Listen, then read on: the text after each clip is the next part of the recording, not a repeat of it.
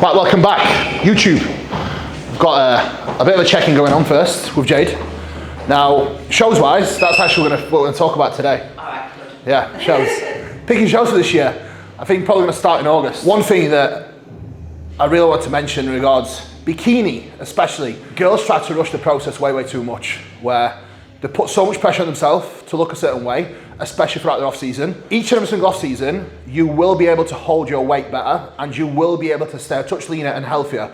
And that is a byproduct of some adaptation that actually happens with more muscle maturity and actually more time in the gym, more time building muscle, and more time actually being able to spend in a surplus as well. So one point that we've just seen with Jade as we've been looking at her, she's 21 pound over stage weight right now. In comparison to last year, she's still a lot leaner than she was. One thing that she's learned to accept is she has to get a little bit softer throughout her off season to get better and to improve. And every single year we've managed to actually step forward a lot with her development as well. You have to really be able to emotionally detach yourself from wanting to look a certain way, especially when you look at some of the girls that have been doing it 10, 15 years, and some of the girls that are at the top that unfortunately have the predisposition to be able to stay leaner naturally.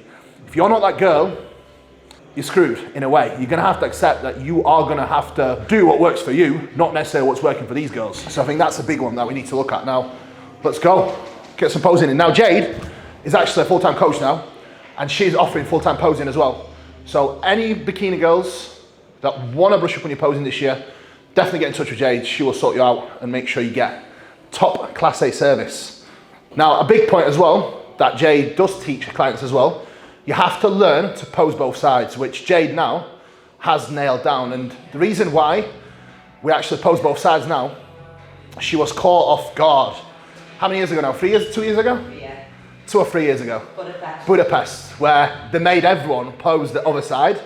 And luckily, she actually got it pretty decent, but can do it better now. yeah, she can do it better. Some of the girls that actually knew how to do it, they were like laser sharp with it. But now, we've actually got that. So this side is obviously the weaker side, which we don't really present, but still, we have to know how to pose both sides. This way, you don't get in a situation where you are posing at a different stage that you have to face the other way as well. So you have to be mindful of that as a bikini athlete.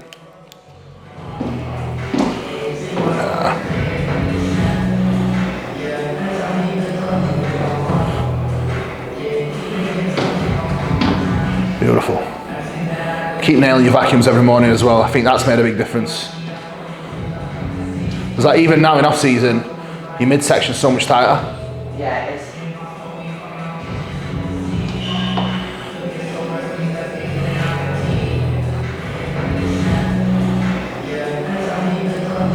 Yeah. Because even now, comparing this to how you are now, when it started prep last time, it's miles different. It's a different ball game as well, posing at that level. Like if you stepped on a normal stage now, posing like that, it'd be perfect. But when you're competing against them girls, and they're like, you have to. Before you know it. Yeah, 100%. So walking your heels a lot as well. I think that's going to help. Yeah. Especially now you're coaching full time. You're going to have more time just to do these little extra bits that you didn't have time when you were doing a lot of the one-to-ones. Beautiful. Yeah. Right, do a few more in there, a few more rounds in there. Yeah. And then we'll go downstairs and get planning. I don't think we'll need that long, but I always, especially with you, I'd rather just have that more time, just so we're not. No, Do you know what I mean? Because especially with how we always look, again, I want to have you fully ready at 2 weeks out, or even at 2 weeks out, be a little bit on the leaner side, and then like we did last time, just start feeding up. makes you feel better as well. 100%. And you look so much fresher on stage. Definitely get you down, and then fill up properly. I think it's a better look rather than like, look at the food you was eating towards back end of that prep last year. Exactly. And you didn't feel trashed. So if we can do that, get ready early, whatever shows we've got lined up over like a month or two, because we're reverse dieting you into it, you'll be able to hold that and just keep going. At that point, you're not going to be doing any cardio. You're just going to be doing steps. There's not going to be that much stress on your body like other girls have to go through because they don't just plan correctly. Do you know what I mean? It's just getting that first stint of prep over with and done. Once that's done, we're fucking there. And then it's just improving on that. Right. Training up next. For now, you can chat to Meg. Peace out.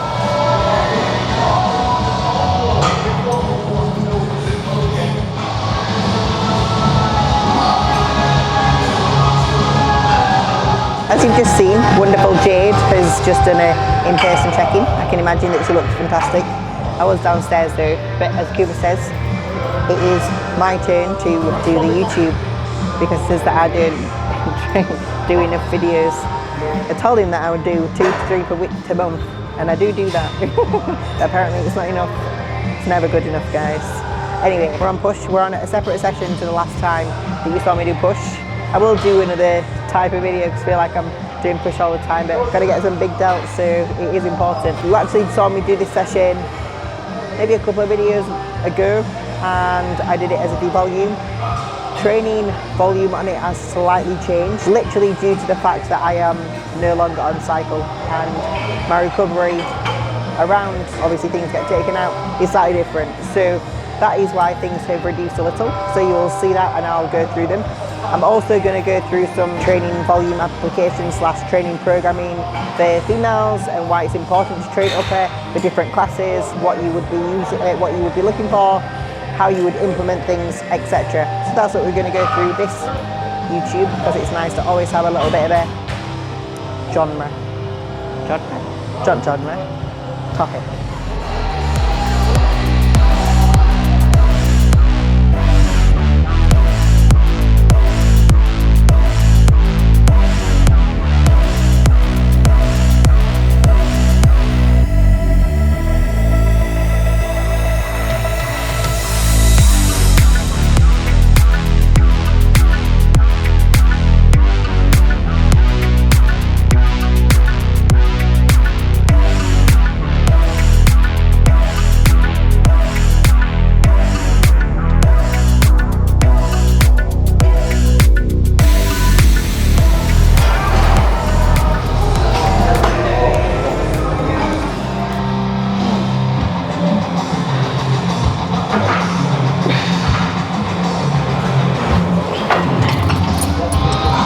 Feel like a strong bitch today.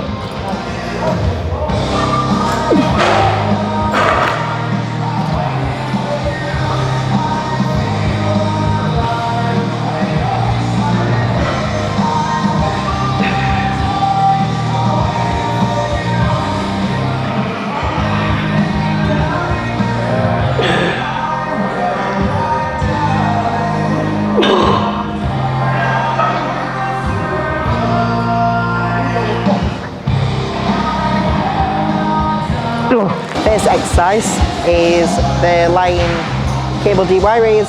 I love this movement. I get a real nice pump from it into my delts. Sometimes when I do a lying cuff lateral raise, it just feels really, I don't know, I feel a lot of it into my triceps. Maybe I'm doing it wrong, but this just feels fantastic. All delt, nothing else really. Even like traps, even with the way that it looks, and it looks like you'll take a lot of work into your traps. You really don't, so it's actually very nice.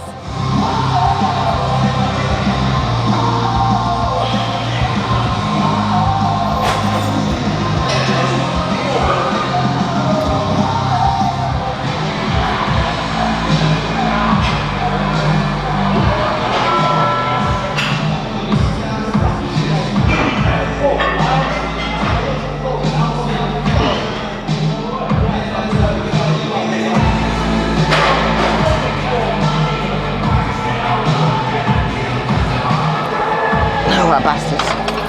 When it comes to your training, if you are a coach and obviously you're giving out a program for someone, especially if they're looking to do a bodybuilding show, obviously it needs to be based upon their needs. You need to do an assessment of their physique, your obviously pictures, videos, etc. And then obviously you can accumulate volume where is needed. The majority of people that obviously myself and Cuba coach now are obviously not really beginners. So you can still be specific even if they are a beginner to bodybuilding, because they've already had some training years perhaps under their belt. When it comes to a beginner, perhaps slightly different, but if you are a bodybuilder and you're going in to get coached by someone, your training needs to be based upon your needs. Class to class, say someone is a bikini competitor compared to someone else is a bikini competitor, is there going to be some similarities in programming? Yeah, 100%. But it should be different person to person, whether that be through rep ranges, intensifiers, depending on their training age. It's all got to be a little bit different.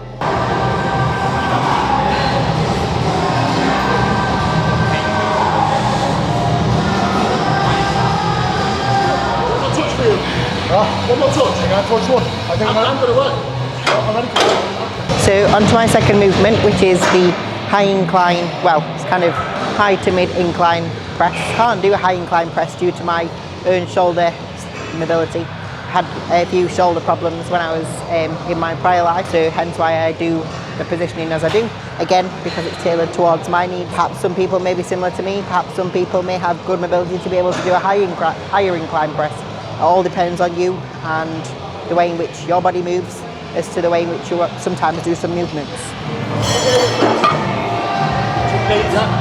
Strong, come on.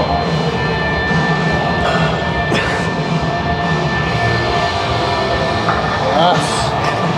Come on. Yes. Good. Good. Right. Good. Come on. Oh, good. Beautiful. Excellent.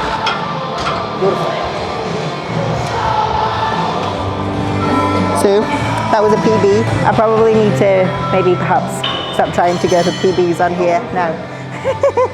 when you come off cycle, I think that people, especially as a female, maybe a male, who do, you'll realise that you've not got quite the same joint strength and stability to push through, especially on pressing movements. So I think that trying to stay at that and trying to build up my reps back up to 9 would probably be a good one. But I was really happy with my depth, really happy with my control on the way down. So yeah, good. When it comes to a Smith press, obviously the range of angle that I'm doing compared to Kuba and Mark is very different. For a male bodybuilder and a women's physique competitor / women's bodybuilder, do want to build a lot of density into their chest and kind of top line, whereas for figure, we obviously just want more kind of a little bit of front delt, a nice cap into the delts. We don't really need a huge amount of density here because it takes away from that real nice wow factor of the delt to if you had the density there. So that's why we have that. Obviously that shows the difference between kind of my class compared to something like women's physique or women's bodybuilding, plus also men's classes as well. Come on, mate.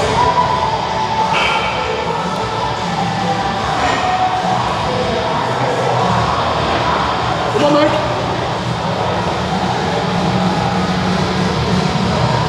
Yes. Come on. Yes.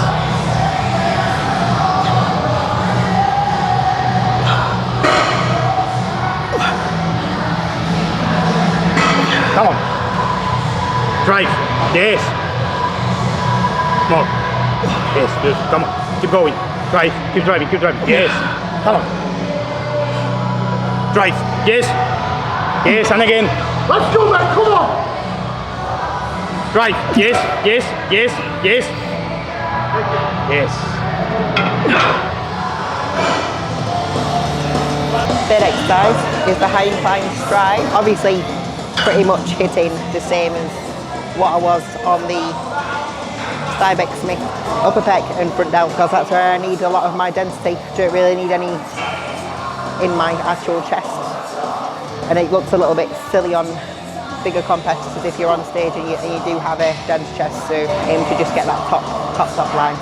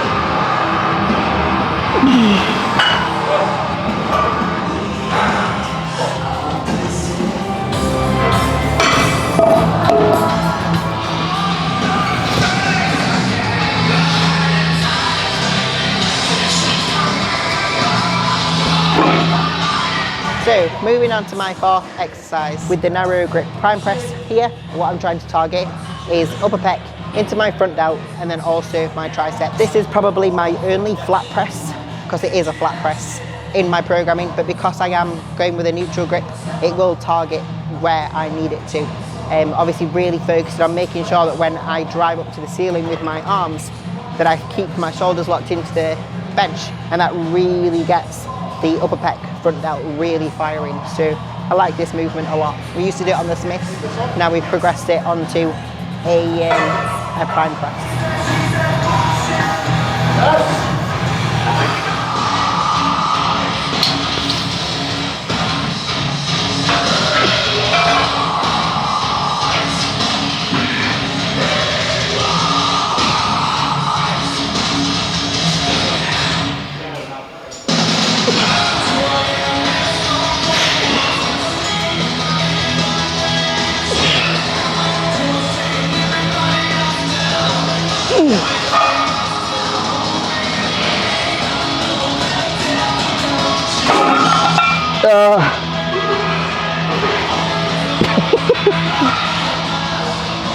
I can't take myself seriously anymore. One of the most common mistakes I see among bikini amateur competitors is going onto stage with a far too big arm, too big of a bicep, too big of a tricep. I'm not saying that you don't want to train those exercises, because perhaps specifically to you, you may need to, but your biceps and triceps need to not overpower your delts. Your delt need to be big enough to the point where there's something there and it's got a real nice pop to it. But again, it doesn't need to be that big that it's bubbling around and got lots of striations into it, because that's not what the bikini class is all about. So make sure that your training reflects exactly how your physique needs to grow and is growing. If it needs adapting over time, you should have a good enough coach to be able to adapt that for you. And if you do it yourself, make sure that you're really analysing your physique at your check-in, not just checking whether you are lean enough or not too lean. At that point, it needs to be about where is the muscle being accrued, what is happening, what needs to change if it needs to change. It's not just let's carry on and see how we go. You've got to make sure that you are doing the things correct for your class that you obviously want to do.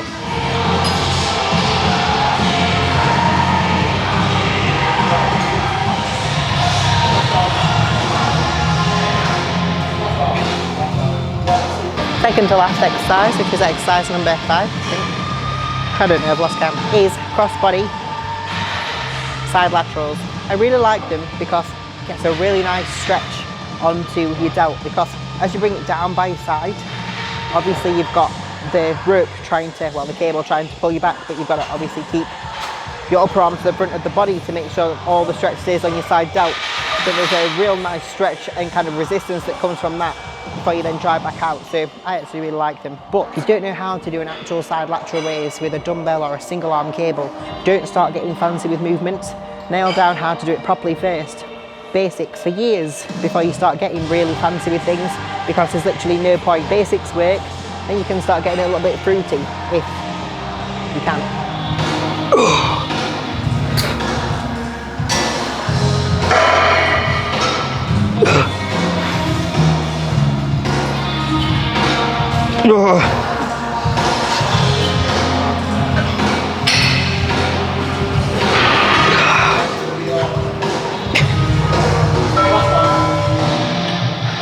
I wanted that last rep. If you're a beginner to bodybuilding, does it really matter too much about specificity? Not really, no. What does matter is learning how to train properly, effectively, hard, with good intensity. And you need to build a base of muscle to begin with. So the split can be almost full body training, and full body training I mean literally doing full body each time you go in, or then doing an upper lower split. If you actually watch Jordan Peters' breakdown of that on YouTube, it's really fantastic, and it's a great way to first learn how to train, get a little bit of muscle before you then get really specific. It'll probably highlight to you which class you're going to be more suited for when you do start growing a little bit of muscle anyway, because genetics do play a huge role. But yeah, if you are a beginner, stop trying to do what Miss Olympia's doing.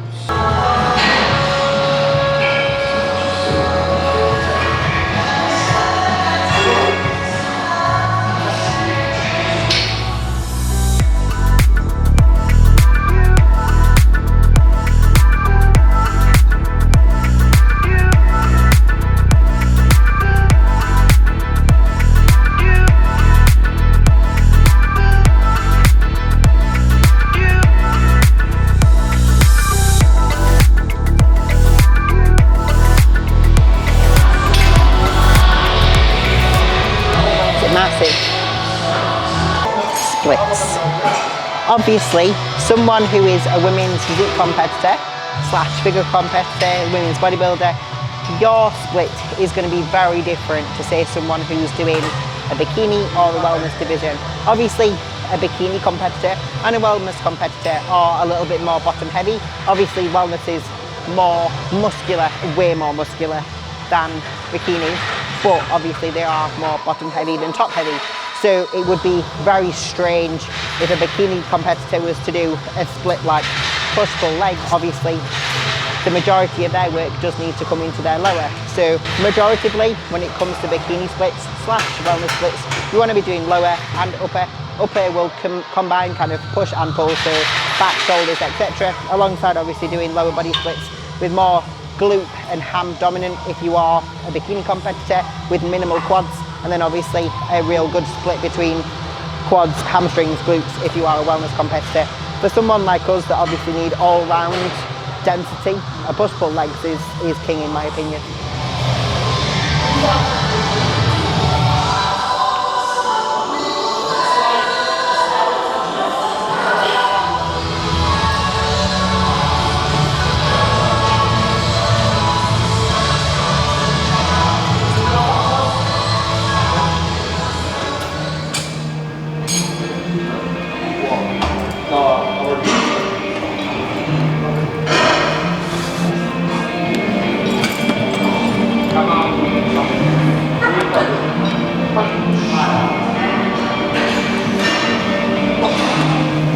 Oh, it's a no. Oh, my triceps. As a bikini competitor, you might want to know why not to train triceps, because especially as someone who would do IFBB, you could obviously hide your tricep by obviously rotating your elbow in. But unfortunately, then when you start to pose, you are going to see the tricep.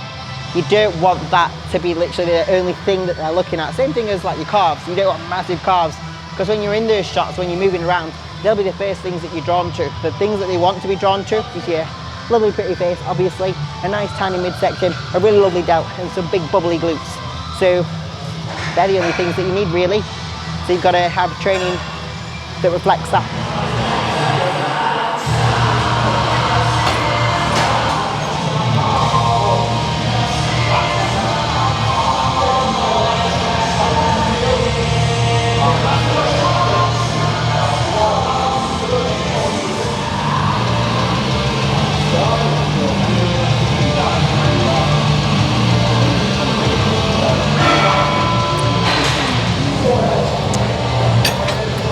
Got the tricep pump.